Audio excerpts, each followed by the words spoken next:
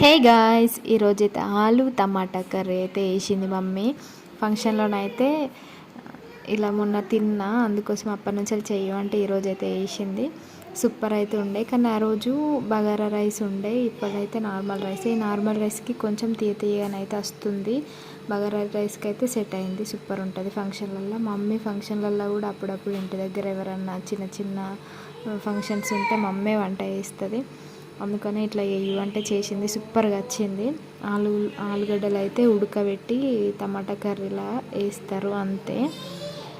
అన్నం కూడా ఇట్లా గంజి చంపుతారు కదా, మా సైడ్ అయితే ఇంత గంజి చంపుతారు, మీరు కూడా చంపుతారా? అట్లా గంజి చంపితేనే అన్నం మంచిగా పొడి పొడి ఇట్లా అవుతుంది అని అయితే చంపుతారు. ఇక అన్ని సైడ్లు ఏమో నాకైతే తెలియదు, కానీ సూపర్ వచ్చింది కర్రీ అయితే. మీరు కూడా ఇట్లా కర్రీ ట్రై చేయాలంటే బగారా రైస్ అయితే పక్కా వండుకోండి. నార్మల్ రైస్ వండుకుంటే అయితే కొంచెం తీయ వస్తుంది.